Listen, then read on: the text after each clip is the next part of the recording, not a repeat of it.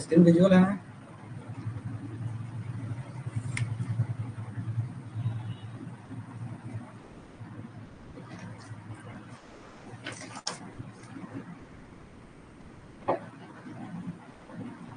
तो 53 में आपका था limit x tends to 0 log 1 + 4x divide by e की पावर में 3x - 1।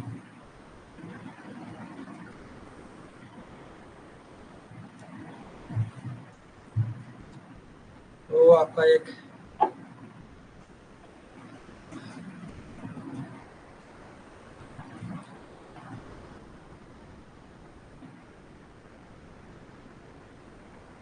तो क्वेश्चन नंबर 53 में आपको एक क्या बोलते हैं उसको एल हॉस्पिटल रूल यूज करके सॉल्व करना था। तो सबसे पहले एल हॉस्पिटल रूल अगर यूज करना है तो सबसे पहले आपको चेक करना पड़ेगा वो आप इनडिटर्मिनेट फॉर्म में है या नहीं है। तो इसको चेक करते हैं। चेक करने के लिए क्या करेंगे, जो x का वैल्यू है इसको x के जगह पे पुट करेंगे। तो क्या होगा, log 1 + 4 × 0 डिवाइड में e की पावर में 3 × 0 - 1। तो यहाँ पे क्या होगा, log 1 + 0 डिवाइड में e की पावर में 0 - 1। तो log 1 आपका 0 होता है, e की पावर में 0 मतलब 1, 1 - 1 तो 0/0 फॉर्म में है, मतलब इनडिटर्मिनेट फॉर्म में है आपका एक। तो इसमें हम क्या कर सकते हैं, एल हॉस्पिटल रूल यूज कर सकते हैं। एल हॉस्पिटल रूल में क्या है कि जो भी आपका न्यूमरेटर पार्ट है उसको उसका डिफरेंशिएशन अलग से करेंगे, और जो आपका डिनोमिनेटर पार्ट है उसका डिफरेंशिएशन अलग से करते हैं। तो यहाँ पे एल हॉस्पिटल रूल यूज करते हैं। तो लॉग, और इसको मान लीजिए पूरा एक्स मानते हैं इस वैल्यू को, टोटल को। तो लॉग एक्स का क्या होगा, 1 डिवाइड बाई एक्स।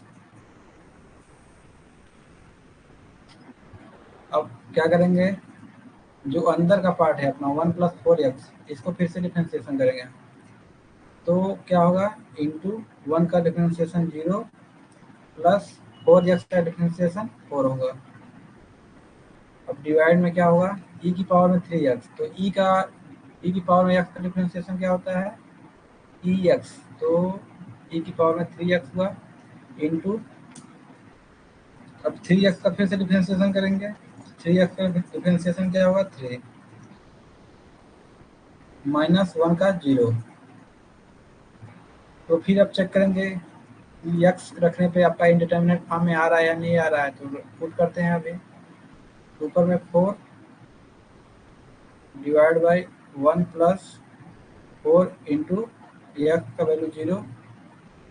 फिर डिवाइड में क्या है आपका, e की पावर में 3 × 0 × 3। तो क्या होगा, 4 डिवाइड बाय 4 × 0 0 0 + 1 1 होगा। तो इसके बाद इस टोटल के डिवाइड में क्या है आपका, e की पावर में 3 × 0 मतलब e की पावर में 0, e की पावर में 0, e की पावर में 0 का मतलब क्या होता है, 1 होता है। किसी के पावर में अगर 0 है तो उसका वैल्यू क्या होगा, 1 होगा। तो 1 × 3 तो क्या होगा, 4 डिवाइड बाई 3 इसका करेक्ट आंसर होगा।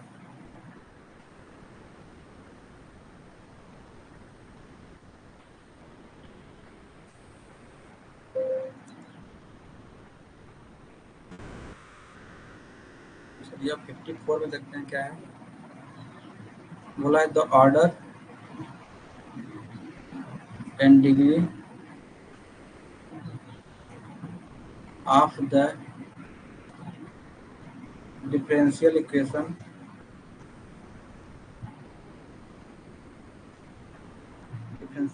क्या है आपका,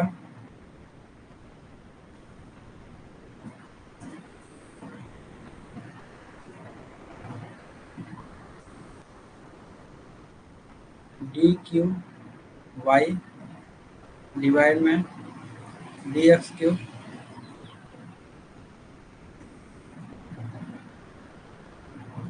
प्लस 4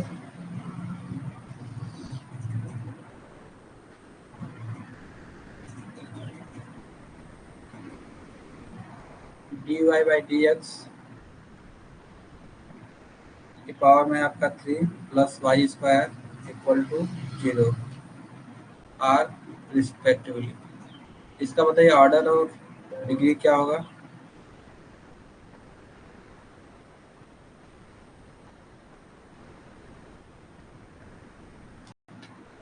ऑप्शन है आपका 3 and 2, ऑप्शन बी है 2 and 3, ऑप्शन सी है 3 and 3, ऑप्शन डी है आपका 3 and 1।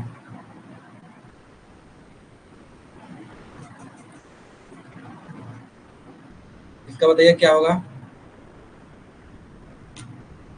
ऑर्डर और डिग्री क्या होगा क्वेश्चन नंबर 54 का। The order and degree of differential equation D cube Y divide by D x cube plus 4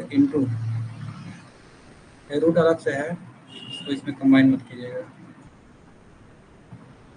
4 D Y by D X का whole cube plus Y square equal to 0। बताइए इसका order और degree क्या होगा।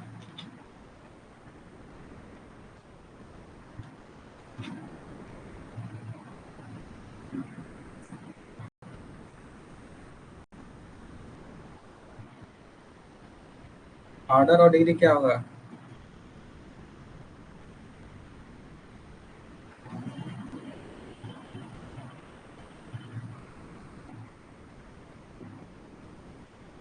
और लोग comment कीजिए, सिर्फ ध्रुव के अलावा।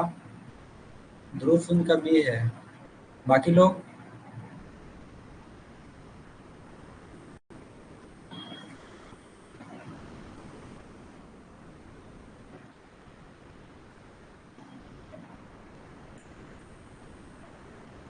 और लोग कमेंट कीजिए कितना आ रहा है आप लोगों का, कितना सोच रहे हो तो बताइए आप लोग।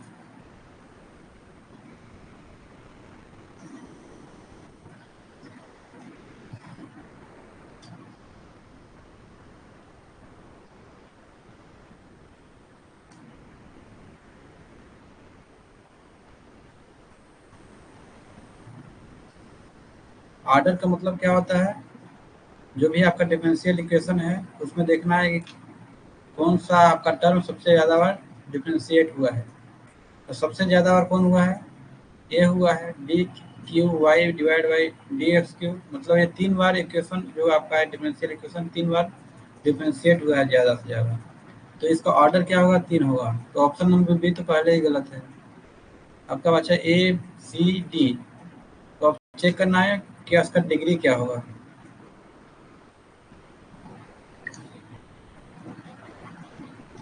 तो डिग्री किसका लेते हैं, जिसका भी हम ऑर्डर लिए हैं सिर्फ उसी का ही, उसके पावर में चेक करेंगे उसके पावर में क्या है। जैसे यहाँ पे इसकी पावर में क्या है 1 है, तो इसका डिग्री क्या होना चाहिए, 1 होना चाहिए।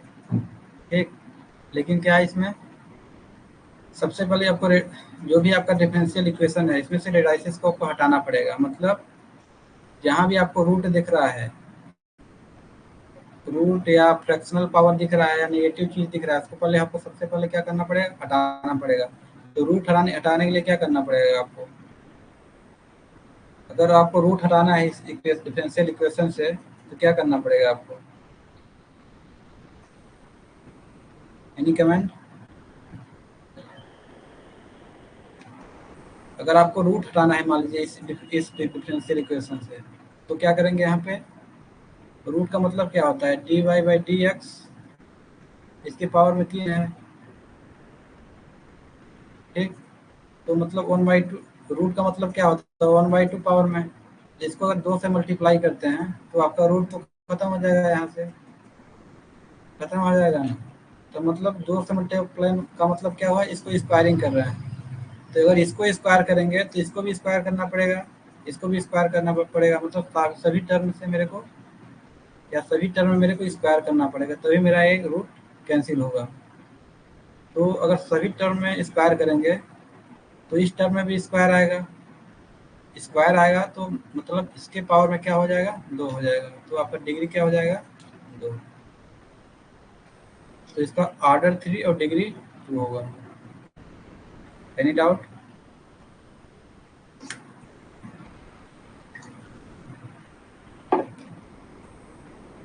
चलते हैं क्वेश्चन नंबर 55 पे। The value of 2.5, the value of integral 2.5 से 4, इसका करना है ln x का dx, calculated using trapezoidal rule.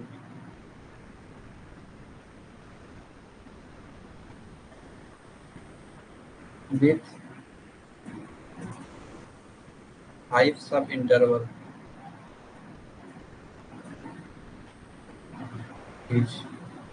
इसमें आपका 4 ऑप्शन दिया है। पहला ऑप्शन दिया है 0.419, ऑप्शन बी है आपका 0.724, ऑप्शन सी दिया 1.754, ऑप्शन डी है आपका 1.927।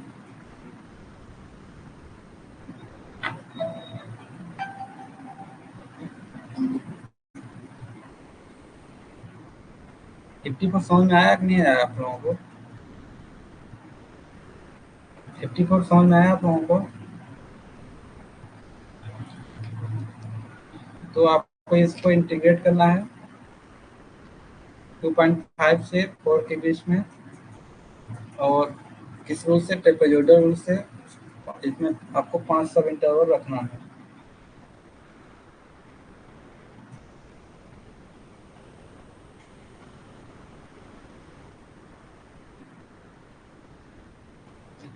फिक्स कर देते हैं।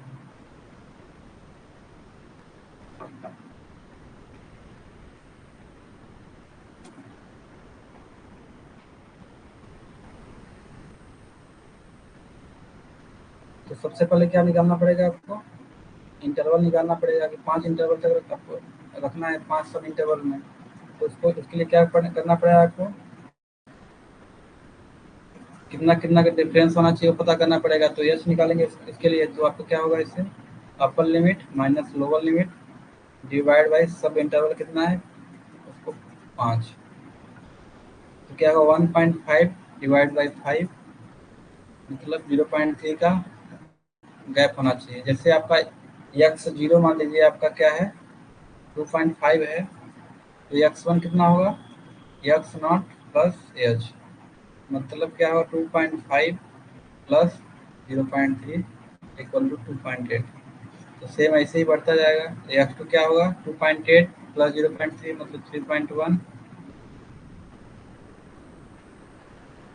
एक्स थ्री कितना होगा 3.1 प्लस 0.3 तो 3.4, एक्स फोर होगा आपका 3.7, और एक्स फाइव कितना हुआ 4।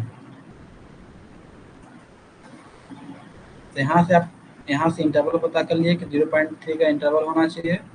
तो आप फिर 0.5 से 0.3 टर्न करते जाएंगे तो आप अपर लिमिट तक पहुँच जाएंगे। यहाँ तक हम देखिए 5 इंटरवल तक होगा, एक्स 5 तक वैल्यू आ गया आपका। तो इसको सॉल्व करना है आपको ट्रेपेजोइडल रूल से। तो सब क्या करना पड़ेगा आपको, वैल्यू निकालना पड़ेगा आपका alien 2.5, alien 2.8, alien 3.1, alien 3.4, alien 3.7 और एलियन 4 का वैल्यू।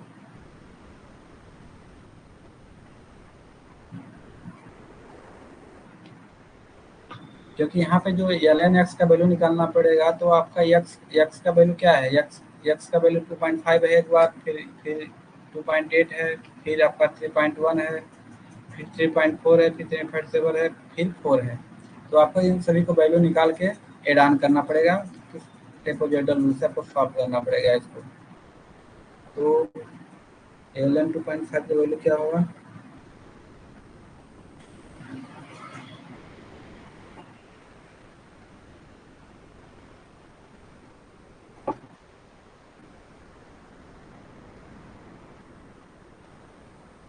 क्या हो 0.9163।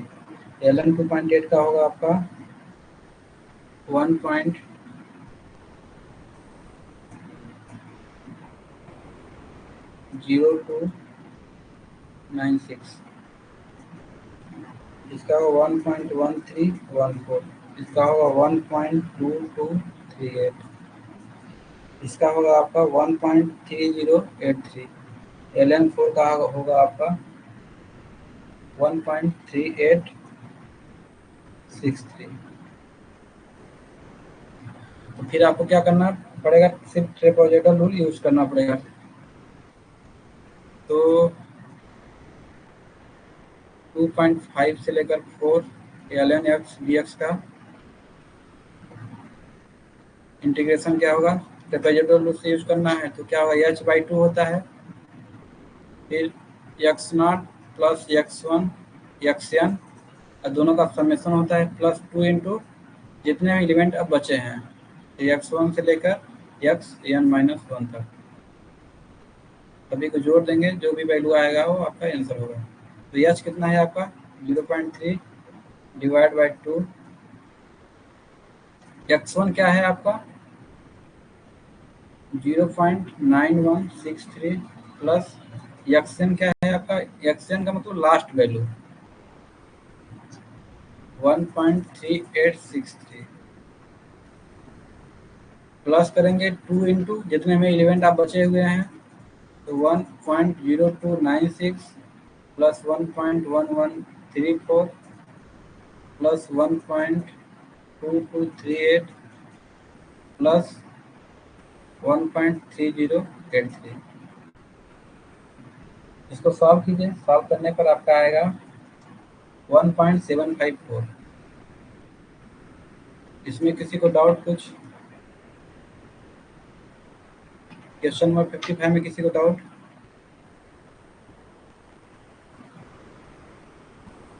55 में किसी को डाउट, यस कैसे आया, x1 x2 वैल्यू कैसे आया? फिर ट्रेपेजॉइडल रूल आपको पता होना चाहिए, h/2, फिर कैपिटल ब्रैकेट में x नॉट प्लस xn, मतलब इनिशियल वैल्यू और लास्ट वैल्यू को पहले जोड़ते हैं, प्लस करते हैं, इंटू 2 का मल्टीप्लाई करते हैं, जो भी आपका रेस्ट एलिमेंट बचे हुए हैं।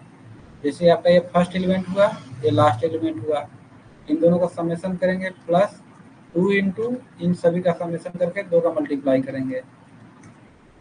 तो इसको सॉल्व कीजिए तो आपका वैल्यू आएगा 1.754। किसी को doubt?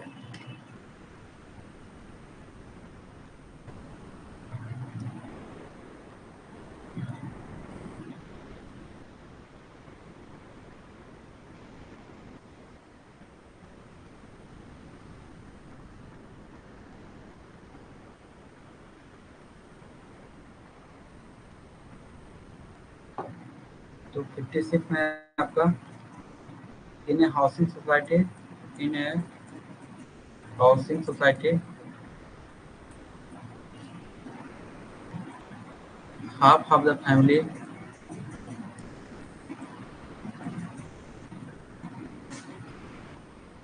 have a single child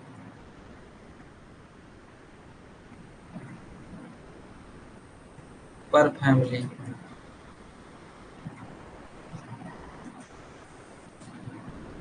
Will the remaining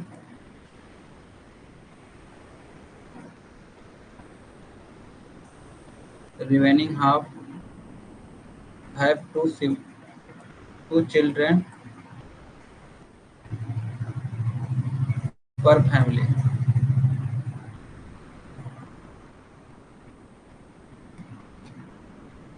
The probability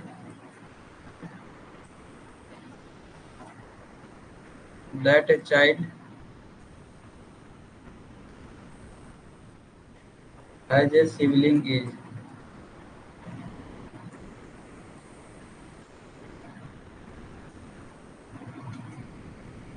option में ए है आपका 0.325, ऑप्शन बी है आपका 0.496, ऑप्शन सी है आपका 0.667, ऑप्शन डी है आपका 0.724। इसका क्या होगा क्वेश्चन नंबर 56 का? सर 2.5 से 4 कितने पार्ट में ब्रेक होगा, ये कैसे पता लगाते हैं? भाई वहाँ पे दिया तो है क्वेश्चन में कितना सब इंटरवल रखना है आपको। देखिए क्वेश्चन में लिखा है ना विथ 5 सब इंटरवल। अगर 5 बोला है तो यहाँ पे जैसे एक्स होता है ना, आपका होता है x n minus x naught divide by h के लिए। यहाँ पे 5 बोला है तो यहाँ आपका 5 होगा। यहाँ पे 6 बोलता है तो 6 करते, तो 6 करते तो क्या होता है 4.4 माइनस 2.5 डिवाइड बाई 6, तो क्या आता है 0.25 एक इंटरवल रखते।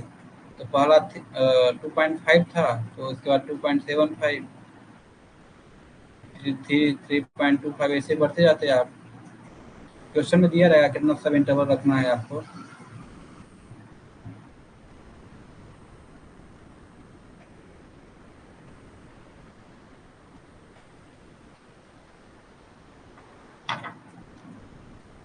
तो क्वेश्चन नंबर 56 देखिए, इसमें एक हाउसिंग सोसाइटी है जिसमें जितने जितने भी परिवार है उसमें से जो हाफ फैमिली है उसमें हाफ फैमिली के एक एक बच्चे हैं, और जो हाफ रिमेनिंग हाफ हैं उनके दो दो चिल्ड्रन हैं। पूछा है जो प्रोबेबिलिटी पूछा है कि अगर किसी एक चाइल्ड को हम चूज करते हैं तो उसका प्रोबेबिलिटी क्या होगा कि वो किसी सिबलिंग का होगा। तो इसको सॉल्व करते हैं। इसका कोई ऑप्शन बता रहा है कौन सा करेक्ट होगा?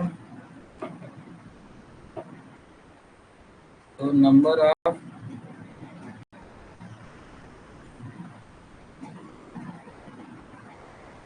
Family with single child.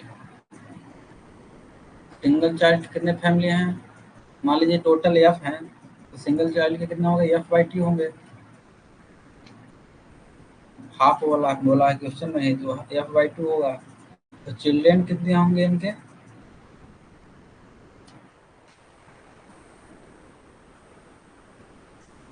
Number of children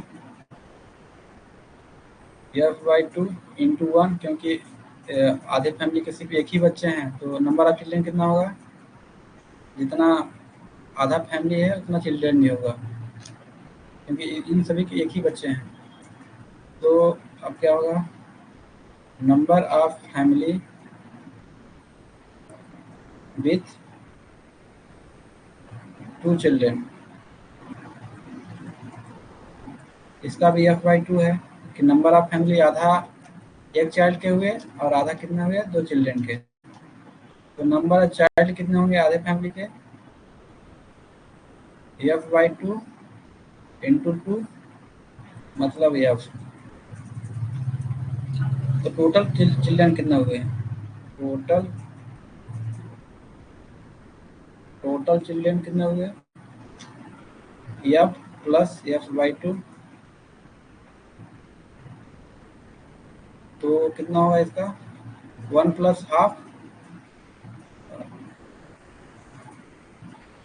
तो 1.5 हो गया, मतलब 3/2 एफ।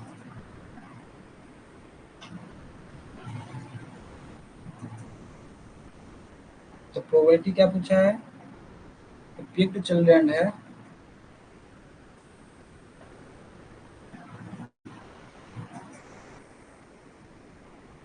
जे सिबलिंग।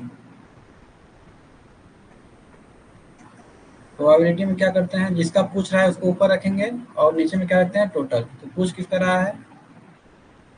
सिबलिंग का मतलब जिसके दो बच्चे हैं, तो उसका क्या होगा F divide by total. Total क्या है 3/2 एफ। एफ से एफ कैंसिल हो जाएगा, तो मतलब 2/3। 2/3 का मतलब क्या है 0.667।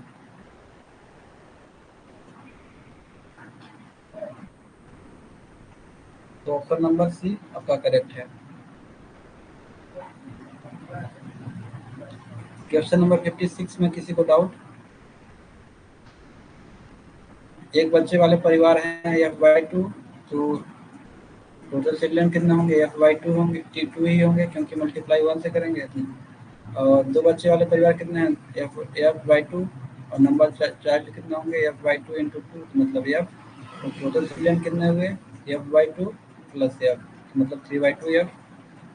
तो प्रोबेबिलिटी पूछा था कि जो हम चिल्ड्रन पिक कर रहे हैं उसका कोई सिबलिंग होगा, तो ऊपर में जिसका पूछ रहा है उसका, नीचे में टोटल 2/3। 2/3 का मतलब 0.667। तो ऑप्शन नंबर सी इसका करेक्ट होगा।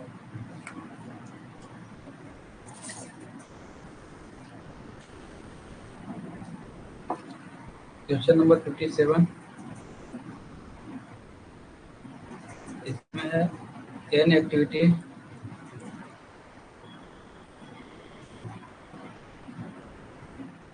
इन ए part network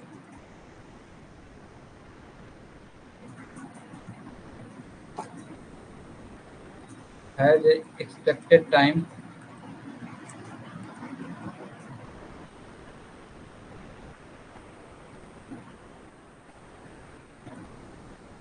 of 10 days and variance of 4 days square. What is the probability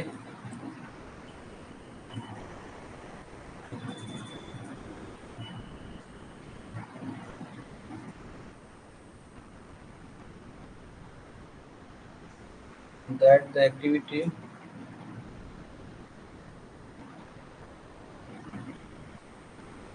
will be completed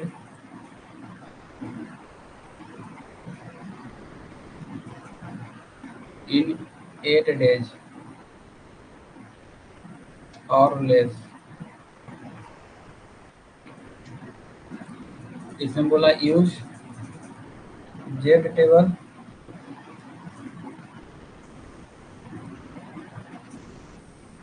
value for z equal to -1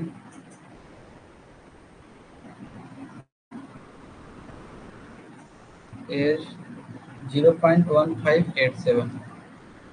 option दिया है आपका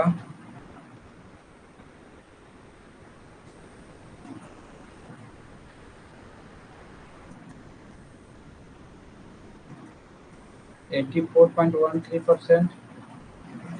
ऑप्शन बी दिया है आपका 2.28%। ऑप्शन सी दिया है आपका 15.87%।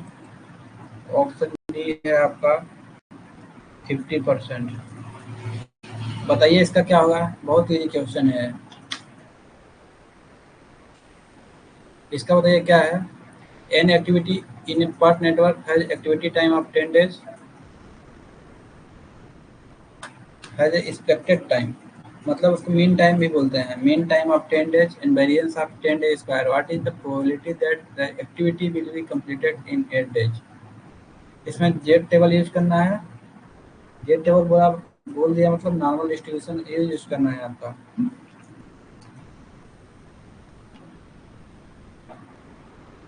तो सॉल्व करते हैं इसको। जेड इक्वल टू क्या होता है, x minus mu upon sigma. X क्या होता है, गिवन टाइम दिया है इसमें। म्यू क्या है आपका, एक्सपेक्टेड टाइम। इसको मीन टाइम भी बोलते हैं। ये क्या है आपका स्टैंडर्ड डेविएशन।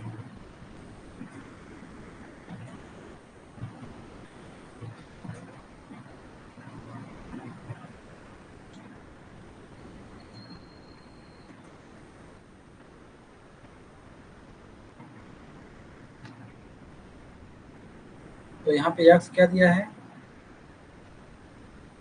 यक्स दिया है आपका 8 days। अब म्यू दिया है आपका 10 days। सिग्मा आपको, सिग्मा के जगह क्या दिया है, आपको वेरिएंस दिया है, मतलब सिग्मा स्क्वायर का वैल्यू दिया है 4 डे स्क्वायर। तो सिग्मा का वैल्यू क्या आएगा आपका 2 डे।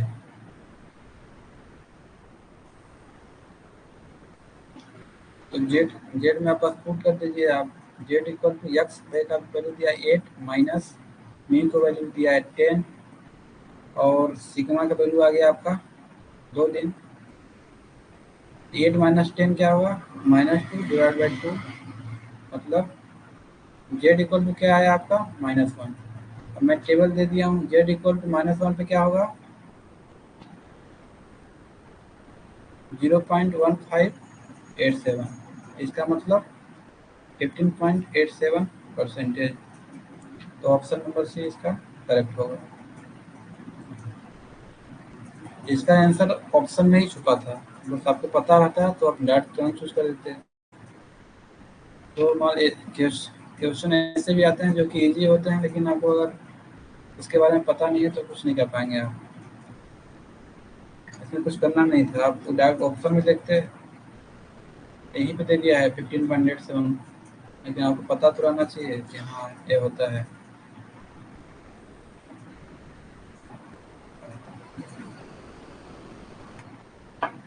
अब 58 में है the probability that a new machine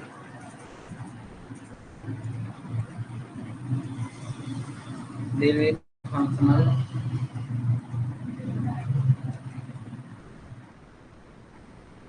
are at least 600 R is 0.7। बोला assuming an exponential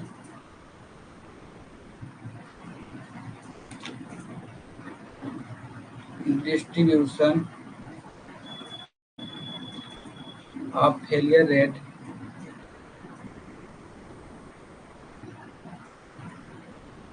what is the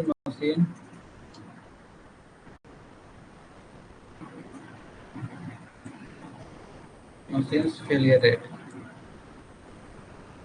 lambda। इसमें चार ऑप्शन दिया है आपका 0.0051 पर आर। ऑप्शन ये है आपका, इसको सॉल्व कीजिए क्वेश्चन नंबर 58 420 आर। इसको सॉल्व कीजिए, अगर सॉल्व नहीं करेंगे तो आपको पता नहीं चलेगा जहाँ पे डाउट हो रहा है आपको। तो सॉल्व करेंगे तभी पता चलेगा कि हाँ यहाँ पे मैं भी गलती कर रहा हूँ। तो आपको पता रहना चाहिए कि आप गलती करते कहाँ पे हैं, तो अच्छी पता चलेगा जब आप प्रैक्टिस करेंगे तब।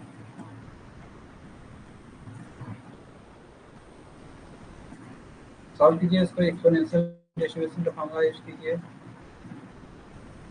0.0059 पर आवर।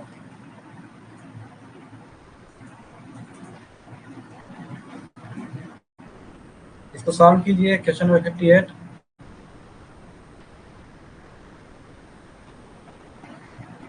सॉल्व करते हैं, प्रोबेबिलिटी और रिलायबिलिटी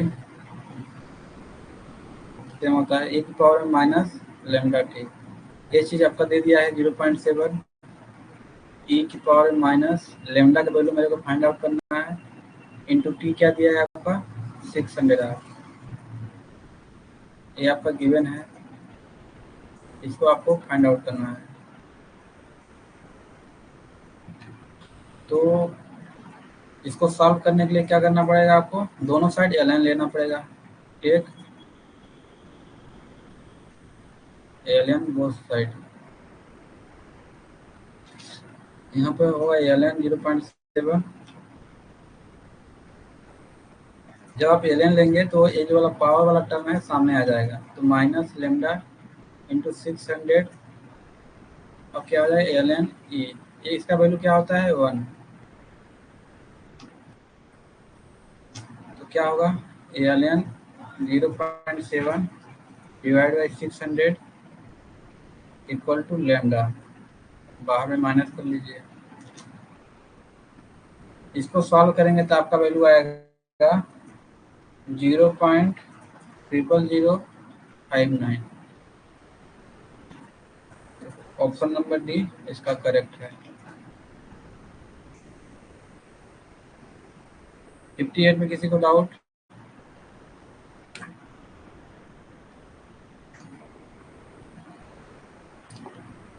क्वेश्चन नंबर 59 में है, इन ए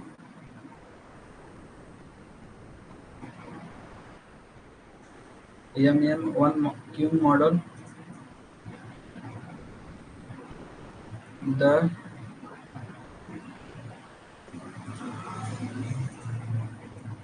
server is idle 25% of the time. What is the traffic intensity? Traffic intensity मतलब यूटिलाइजेशन फैक्टर पूछा है इसमें, यूटिलाइजेशन फैक्टर P। इसमें ऑप्शन है आपका 4, बी है आपका 0.25, सी है 0.75, डी है आपका 3.0।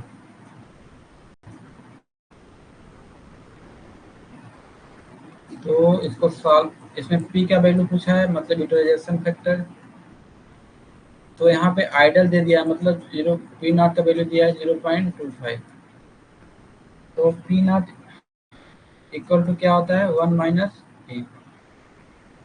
पी नॉट का वैल्यू दिया 0.5, 1 माइनस यूटिलाइजेशन फैक्टर निकालना है मतलब पी निकालना है, तो पी इक्वल टू क्या आएगा 0.74। तो ऑप्शन नंबर सी करेक्ट होगा।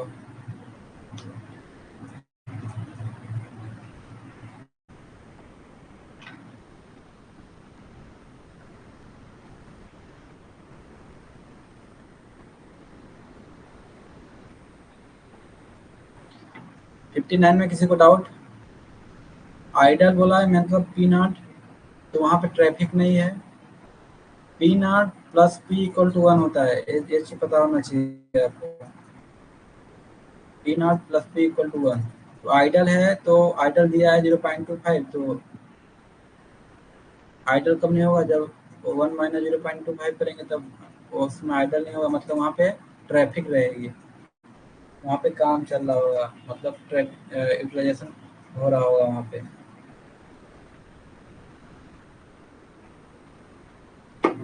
Question number 60, a project activity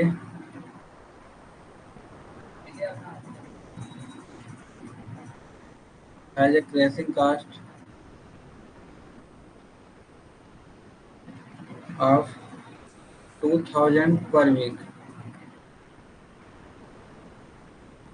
A project activity has crashing cost of 2000 per week. Its normal deviation is 8 week and its crash duration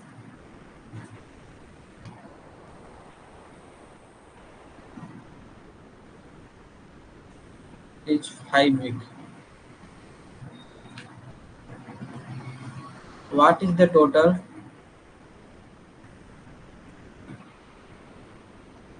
cost to crash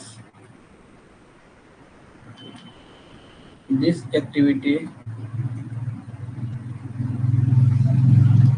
by 2 week? Option A है आपका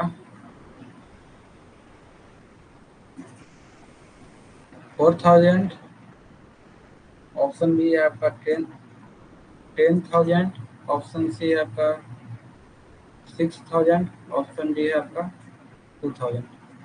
इसको बताइए question number 60 का क्या होगा?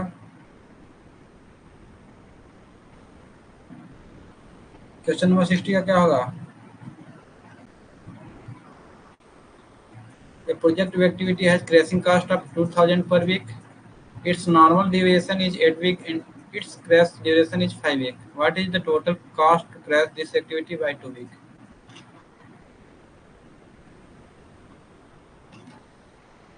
Crashing cost दे दिया है मेरे को 2000 पर वीक, मतलब एक वीक का क्रैशिंग कॉस्ट कितना दिया है 2000, तो मेरे को क्रैश कितना करना है, 2 वीक करना है। तो क्रैशिंग कॉस्ट हर 2 वीक 2000 इंटू 2 इक्वल टू क्या होगा, 4000। सिंपल सा क्वेश्चन है, इसका भी जवाब नहीं दे रहे हैं आप लोग।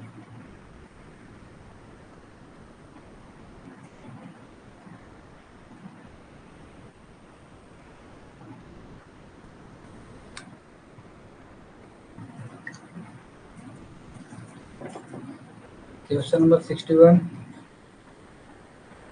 एक total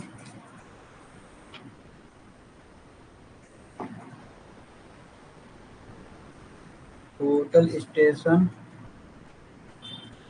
is set up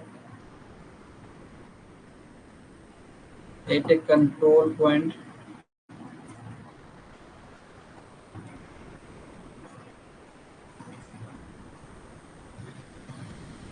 the measure horizontal angle to a backside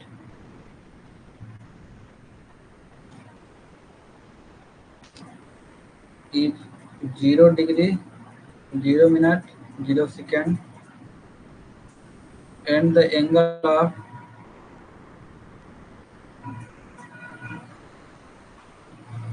both side is 125 degree, 30 minute, 45 second. If the back side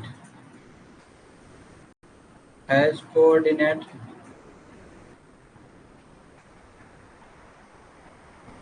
100, 200 and the instrument point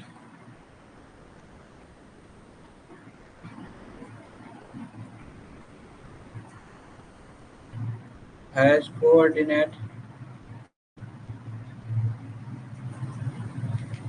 150, 200, sorry, 250. What is the bearing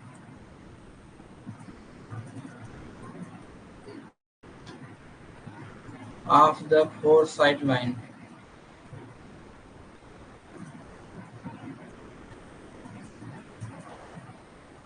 option A है आपका 166.2 20 minute 45 second. Option B है आपका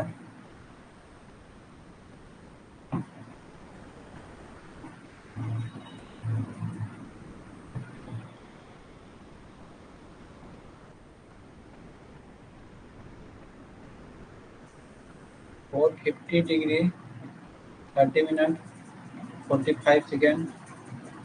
option C है आपका 170 degree 30 minute 45 second. Option D है आपका 156 degree 20 minute 55 second.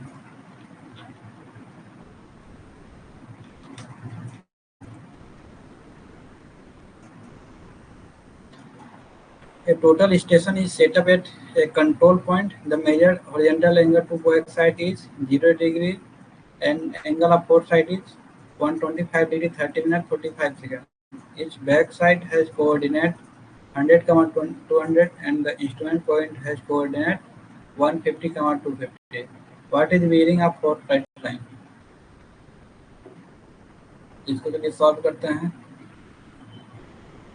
तो मान लीजिए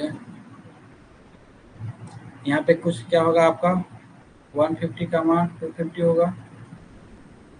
तो इसके कुछ नीचे यहाँ पे होगा आपका 100, 200।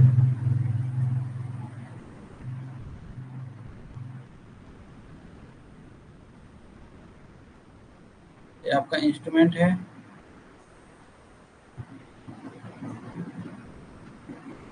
ये आपका है मेजरिंग पॉइंट है आपका ये। तो क्या बोला है आपका ये बेयरिंग आपको पता करना पड़ेगा कौन कितना बेयरिंग बैक बेयरिंग है, बोला है ना यहाँ। इफ द बैक साइड है कोऑर्डिनेट 100, 200, मतलब इसका बैक साइड आपको पता करना पड़ेगा।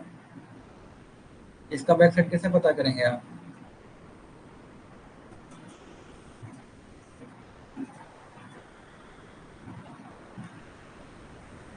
यहाँ पे आपको किसका फॉर्मूला लगाना पड़ेगा? टेन थीटा का, मतलब perpendicular by base.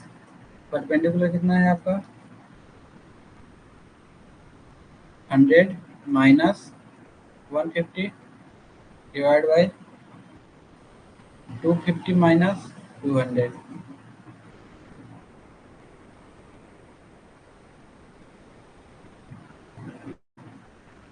Sorry,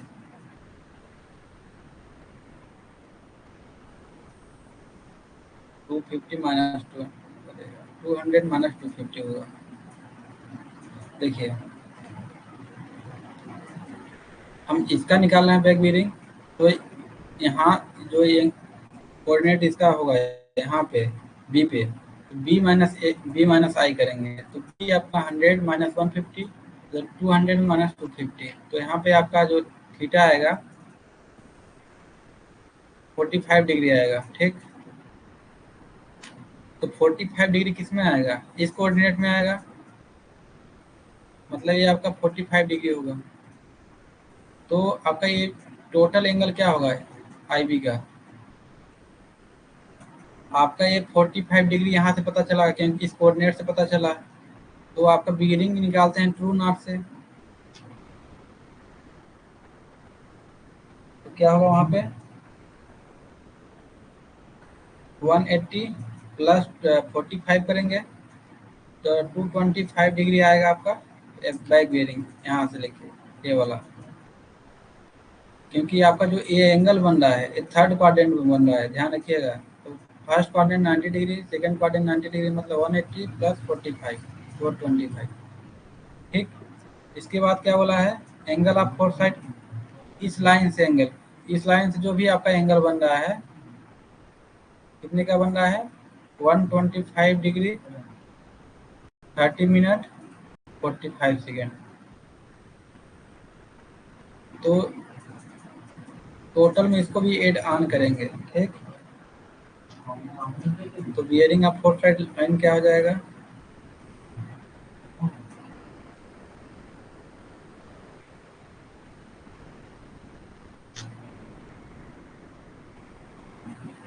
to 25 degree plus 125 degree 30 minute 45 second,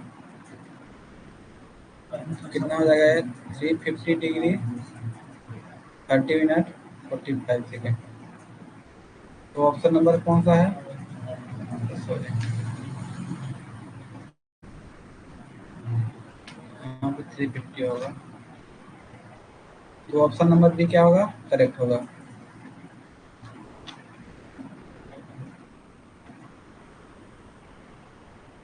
किसी को डाउट होगा तो पूछिए, क्लास लेने के बाद आप फिर बोलेंगे नहीं समझ में आया, फिर दिक्कत होगा आपको। अगर डाउट हो रहा तो भी पूछिए। Question number 62, a mine surveyor uses GPS establish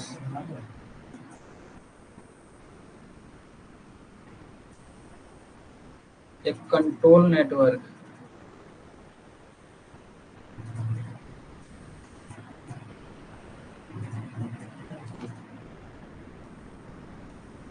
which of the following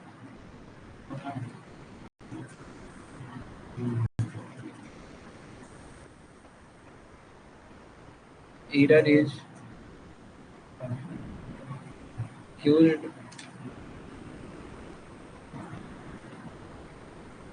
caused by the atmospheric condition and can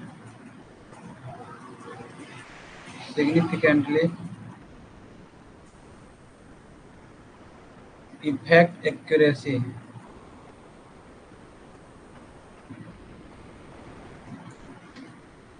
of the GPS signal,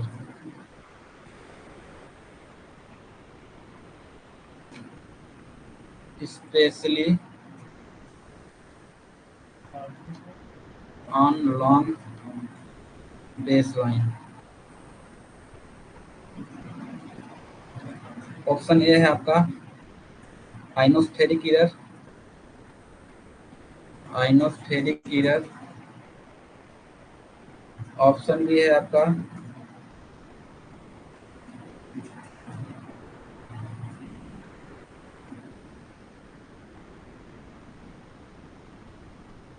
satellite clock error.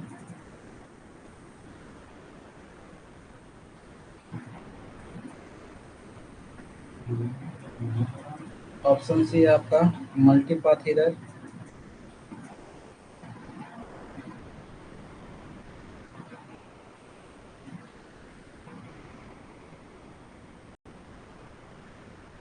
Option D है आपका इफ मैरिज एरर।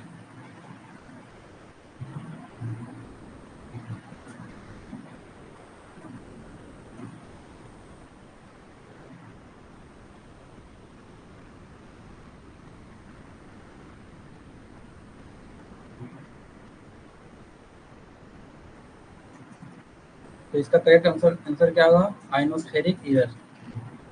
इसके बारे में चाहें तो लिख सकते हैं आप।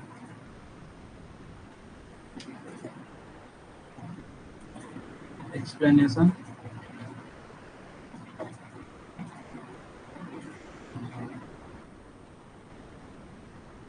The ionosphere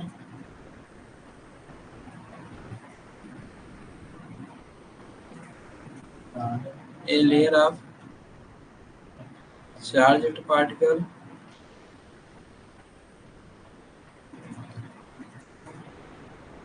in the Earth's atmosphere।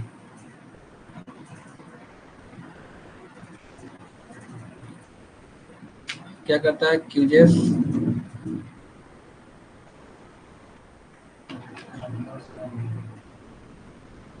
Delay and reflection of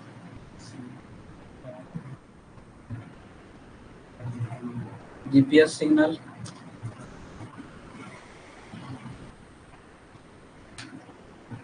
which is a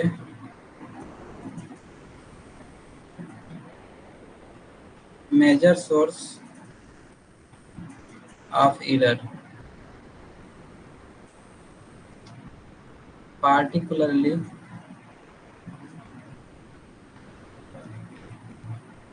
for single frequency receiver।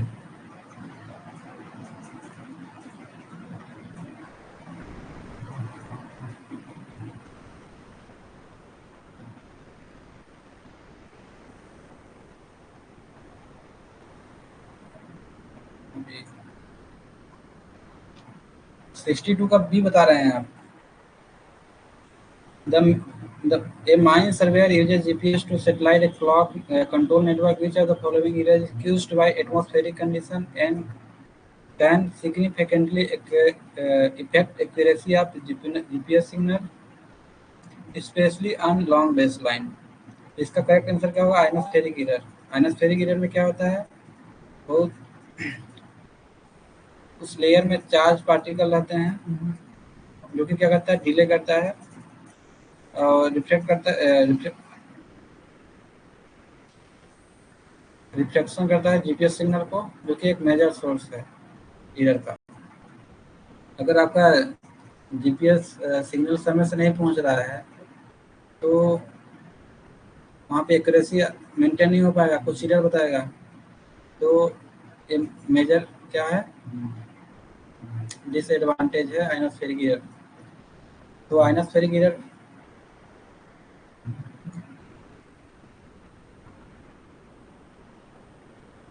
किसके कारण होता है? एटमॉस्फेरिक कंडीशन के कारण होता है। तो ऑप्शन नंबर ए क्या है इसका? करेक्ट है। तो आप अच्छे से पढ़िए आइनोस्फेरिक इधर क्या होता है इसको समझिए थोड़ा सा।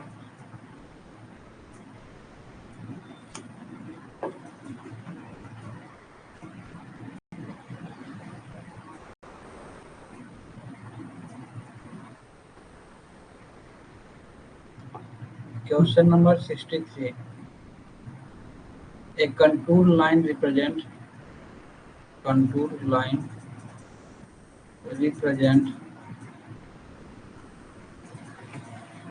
a line of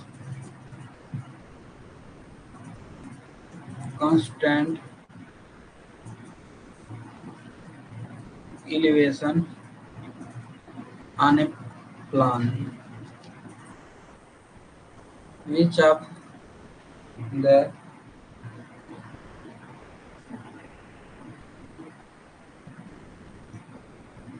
following statement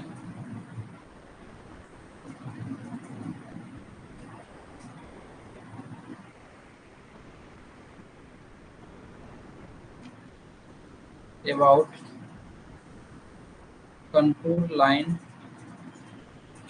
is correct? इसमें आपका 4 ऑप्शन दिया है। पहला ऑप्शन है एक contour line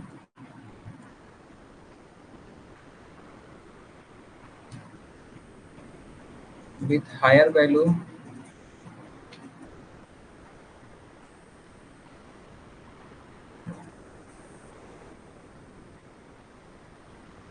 inside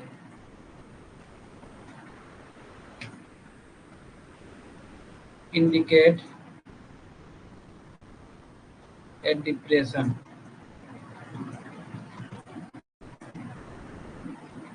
or low laying area। और कंटूर लाइन में क्या बोल रहा है, higher value in contour line बना हुआ है, उसमें हायर वैल्यू क्या आ रहा है, अंदर के साइड कंटूर लाइन का वैल्यू बढ़ रहा है, तो क्या शो करेगा, डिप्रेशन शो करेगा, बोल रहा है option number A.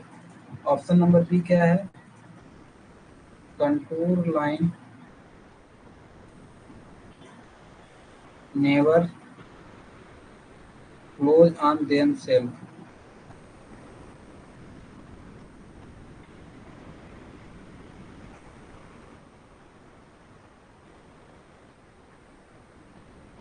within the limit of the map। Option C है आपका steep slope are indicated by widely spaced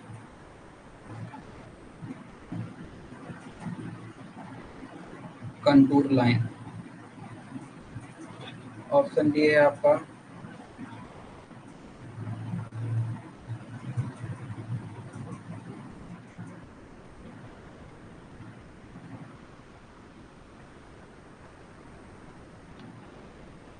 the contour line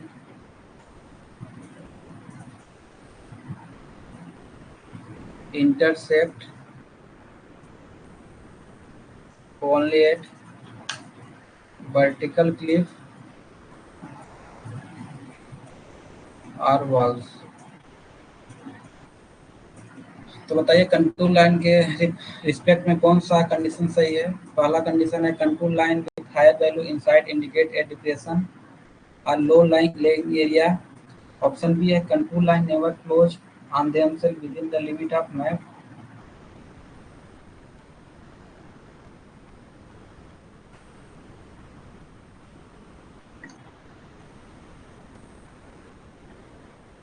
और ऑप्शन सी है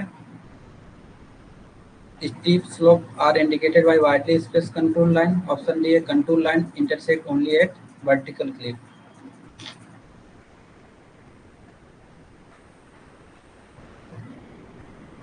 डी, तो ठीक है क्या होगा, ऑप्शन नंबर डी होगा। तो देखिए कंटूर लाइन एक कंटूर लाइन होता है, ठीक,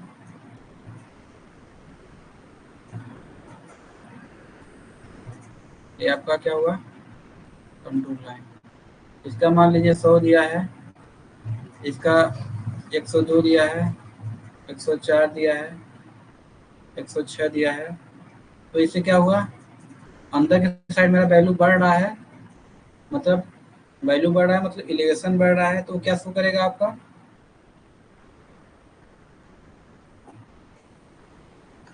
ए रिप्रेजेंट करेगा आपका, दूसरा कलर ले लेते हैं,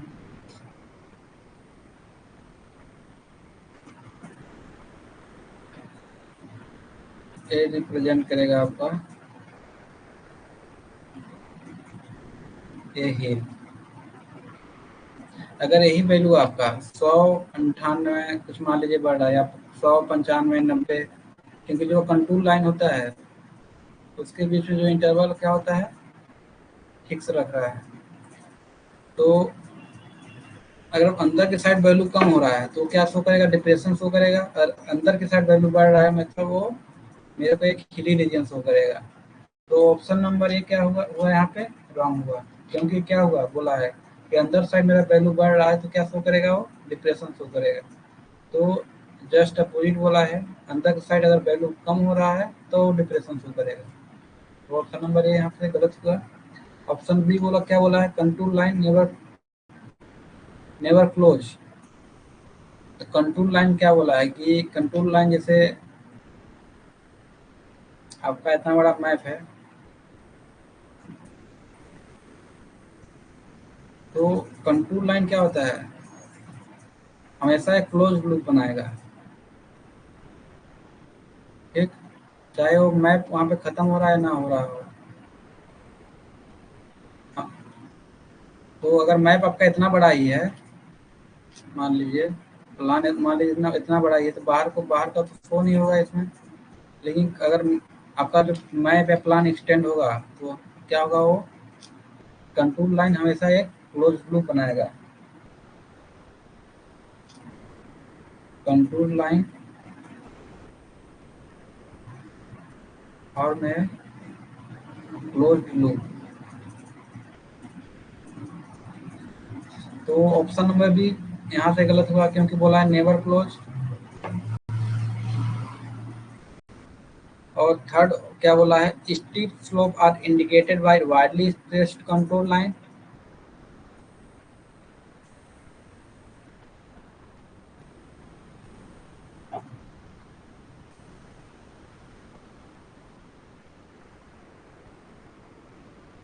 तो वाइडली स्प्रेस्ड कंट्रोल लाइन क्या शो करेगा,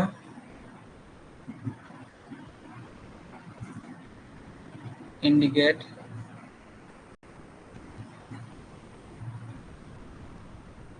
ए जेंटल स्लोप।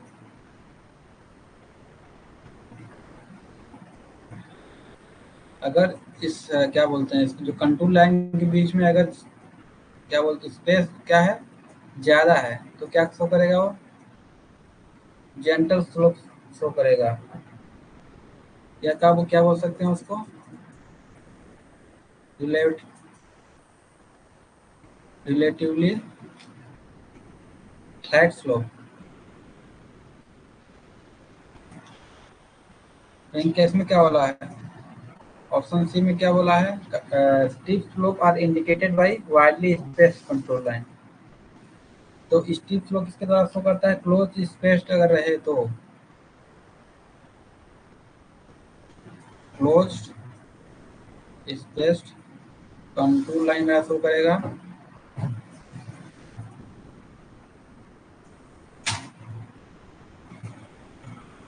सिग्निफाई ए स्टीप स्लोप। तो ऑप्शन नंबर सी भी जस्ट अपोजिट बोला है कंट्रोल लाइन के तुम रिस्पेक्ट में।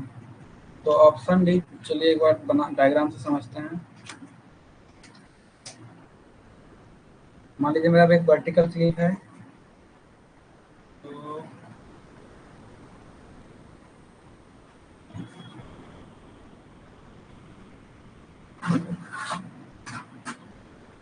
एक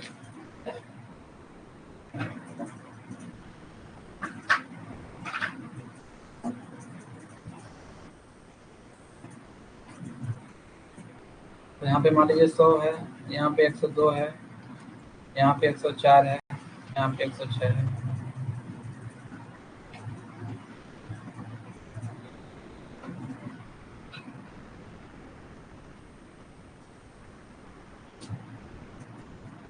क्योंकि सेम इलिवेशन का क्या बोलते हैं उसको,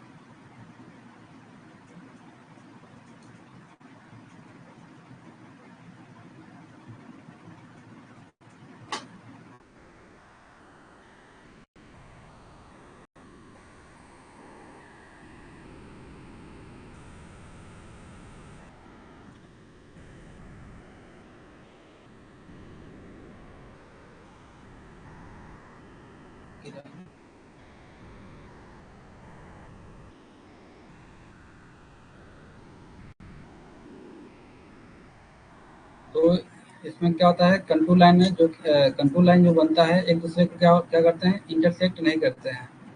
और डायग्राम अच्छे से नहीं बन पा रहा है।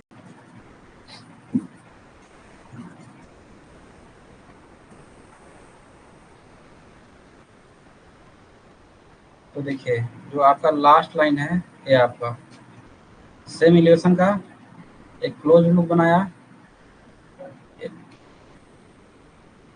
ठीक। और फिर इसके बाद कौन सा लाइन है, इसके बाद जस्ट ए वाला है, ए और ए, तो उसको मैच करते हैं।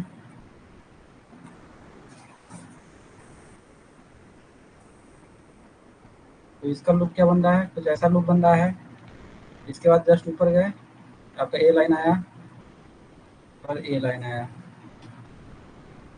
तो इसको इस कलर से बनाते हैं, तो ये आपका ऐसा लूप बनाया, ठीक। इसके बाद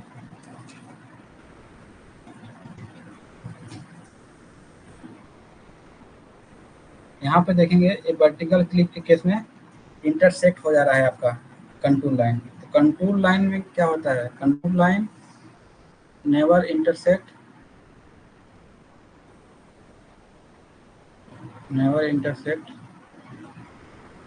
ईच अदर। लेकिन वर्टिकल क्लिप में केस में क्या है, यहाँ पे देखेंगे अगर जैसे आपने अभी मैं बताया था कि अगर आप अंदर की साइड अगर वैल्यू आपका बढ़ रहा है तो देखिए यहाँ पे बाहर 100 है, फिर 102 है, फिर अंदर दूसरे 104 हुआ, फिर अंदर गए तो 106 हुआ। फिर मैं इसी में डायग्राम बना रहा हूँ कि बाहर वाला आपका 100 है, ठीक, फिर ये वाला 102 है, ठीक, ये वाला, ये देखिए आप यहाँ पे वर्टिकल क्लिप का केस है, इसलिए यहाँ पे देखिए देखेंगे तो यहाँ पे इंटरसेक्ट हो रहा है। लेकिन क्या होता है कंट्रोल लाइन कभी इंटरसेक्ट नहीं होता है, तो ये आपका एक्सेप्शनल केस है इसमें कि क्या है वर्टिकल क्लिप इंटरसेक्ट करता है, control line intersect only at vertical clip. तो यहाँ पे आप वर्टिकल क्लिप को डायग्राम से समझ सकते हैं कि इंटरसेक्ट कैसे करता है।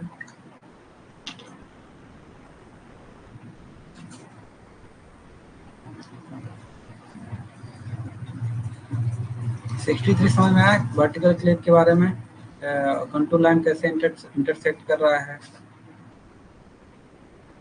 अब चलते हैं क्वेश्चन नंबर 64 में। An EDM an instrument measure the slope distance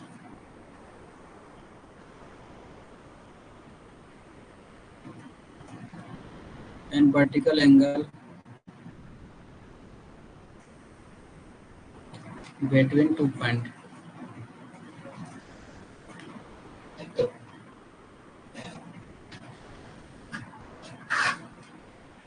What information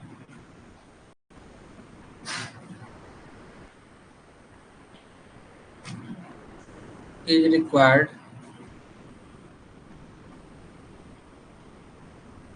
to correct the slope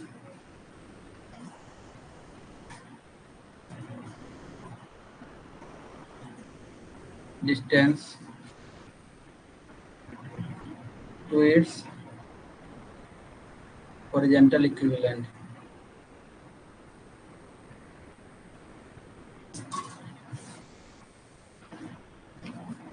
पहला ऑप्शन है आपका only the slope distance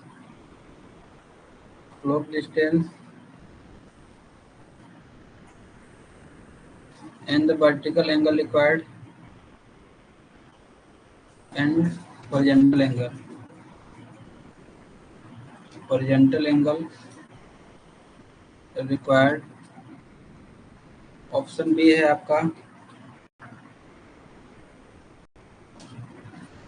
only the slope distance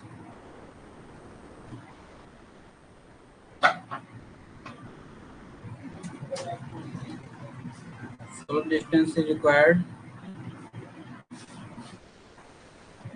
as the instrument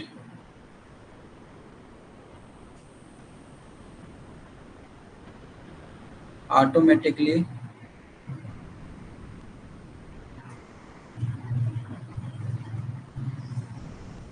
calculate the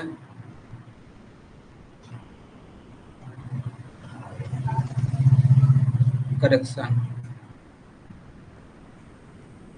option C क्या है, the slope distance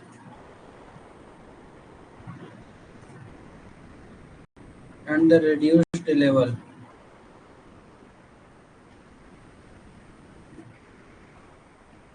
of both point are required। Option D है आपका the slope distance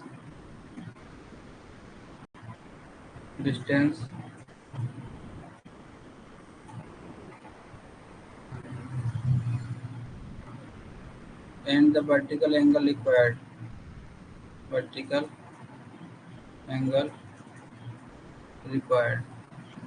इसका बताइए क्या होगा। An medium instrument measure the slope distance in vertical angle between 2 points. What information is required to correct the slope distance to its horizontal equivalent.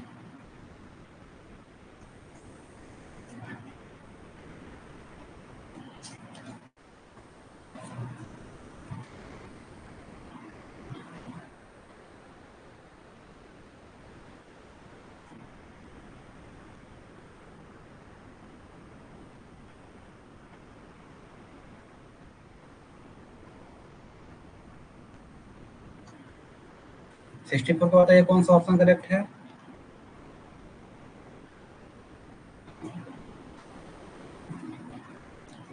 पहला option है only the slope distance and horizontal angle requirement. Option B है only the slope distance is required as the instrument automatically calculate the correction. Option C है the slope distance and reduced level of both point are required. Option D, the slope distance and the vertical angle required.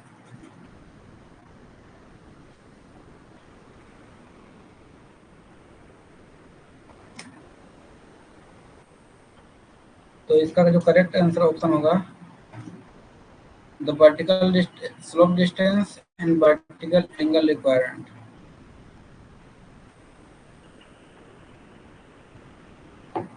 मेरे को horizontal distance निकालना है।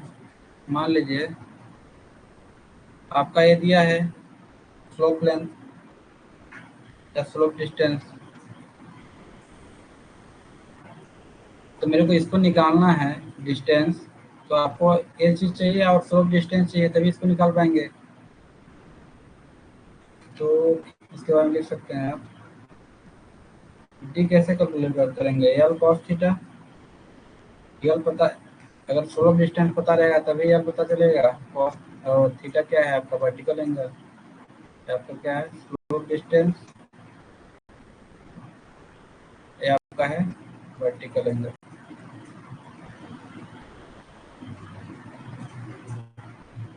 तो यहाँ पे क्या है हॉरिजॉन्टल डिस्टेंस क्या है, horizontal distance is the projection of the slope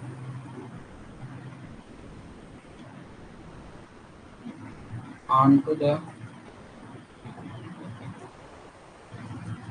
horizontal plane।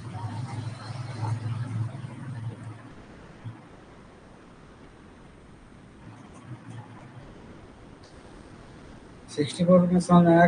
वैसे सिक्सटी फोर तो यही था, यहाँ पे आपको हॉरिजॉन्टल इक्विवेलेंट निकालना था। उसके लिए दो चीज आपको जरूरत पड़ेगा, एक स्लोप एक vertical angle.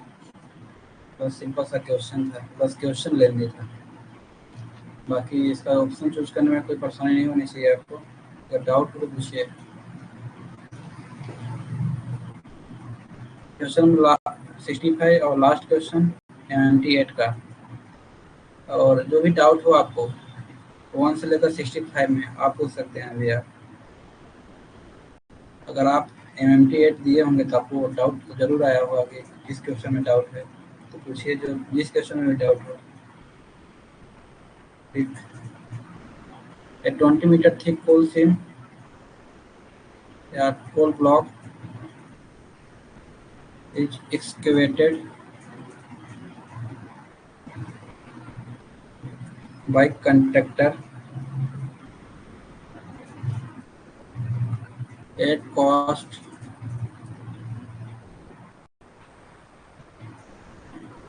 Rs 70 per meter cube। The excavated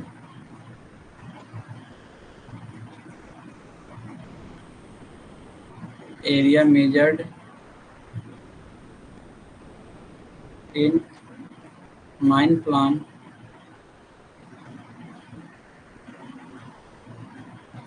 to be 80 centimeter square if the mine plan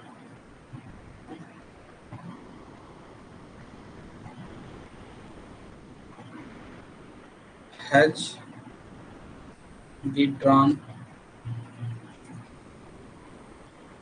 to scale of 1 ratio 1000। calculate the payment to be done to be made to contractor। Option A है आपका 112 lakh 112 lakh, option B है 115 lakh, option C है आपका 212 lakh, option D है आपका 564 लाख। 65 का बताइए क्या होगा आपको। A 20-meter thick coal block is excavated by contractor at cost। एक 20 मीटर का थिक कोल ब्लॉक है जिसको एक्सकेवेट करने के लिए कंट्रैक्टर कितना चार्ज करता है, 70 रुपये 1 मीटर क्यूब का। तो टोटल एरिया कितना है, प्लान पे मेरे को एरिया पता है 80 सेंटीमीटर स्क्वायर है। जिस प्लान पे हम एरिया मेजर कर रहे हैं उस प्लान का जो स्केल है 1:1000। तो पूछा है कि कितना पेमेंट मेरे को कॉन्ट्रैक्टर को देना होगा अगर उस टोटल एरिया को हम कॉन्ट्रैक्टर क्या किया है, एक्सकेवेट कर दिया है। तो चार ऑप्शन दिए हैं। पहला ऑप्शन दिया है 112 लाख, दूसरा है 115 लाख, तीसरा है 212 लाख, चौथा है 564 लाख। इसका बताइए क्या होगा 65 का। इसी से आ रहा है तो बताइए, मैं तो सॉल्व कराता हूँ मैं।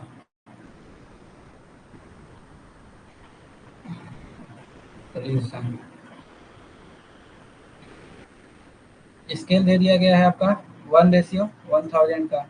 मतलब इसका क्या हुआ, स्केल होता है यूनिटलेस, मतलब कोई यूनिट नहीं होता है।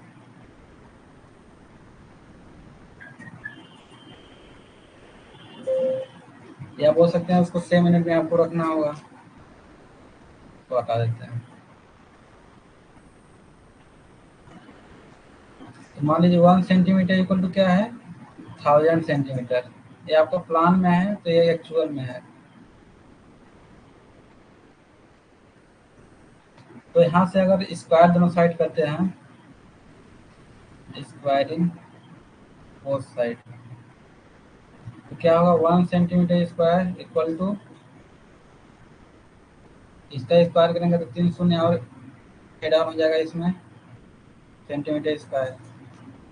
तो मैप में कितना एरिया दिया है, सॉरी प्लान में 80 सेंटीमीटर स्क्वायर दिया है। अगर दोनों साइड 80 से मल्टीप्लाई करते हैं, यहाँ पर अगर 80 से मल्टीप्लाई करेंगे तो क्या आएगा 80 सेंटीमीटर स्क्वायर। मतलब इसका ये आपका क्या हो गया, ये प्लान का एरिया हो गया। अगर इस साइड 80 से मल्टीप्लाई किए हैं तो इस साइड भी 80 से मल्टीप्लाई करेंगे, सेंटीमीटर स्क्वायर। ये प्लान एरिया, एक्चुअल एरिया आया आपका ग्राउंड पर, जिस एरिया को मेरे को ऐड करना है।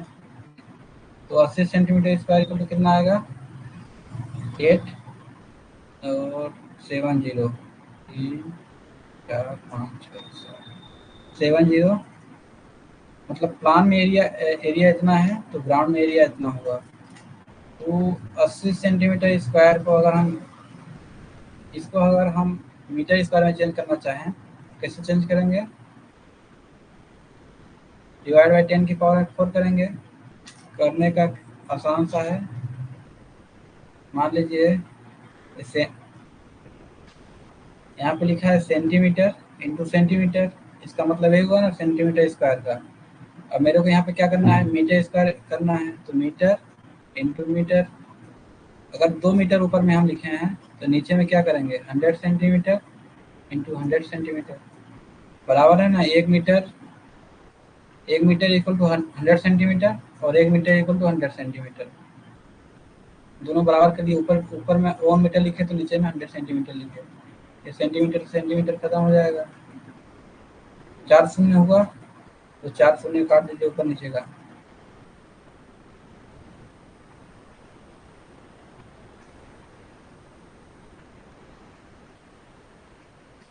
मतलब 80 सेंटीमीटर अगर मेरा प्लान में एरिया है तो 8000 मीटर स्क्वायर का मेरा ग्राउंड एरिया है।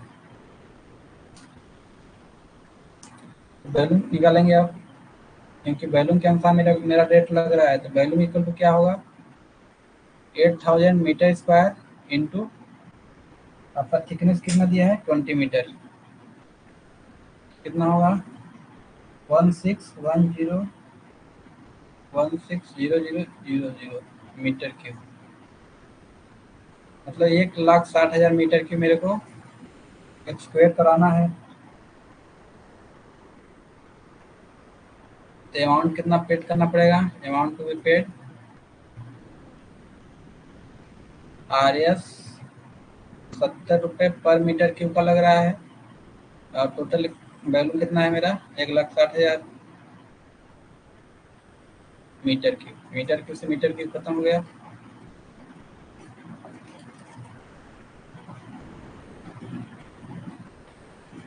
कितना 112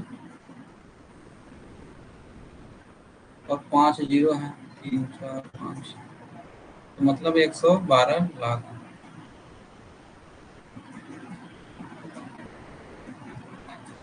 112 लाख ऑप्शन नंबर ए में है, तो ऑप्शन नंबर ए इसका करेक्ट होगा। किसी को डाउट किसी क्वेश्चन में?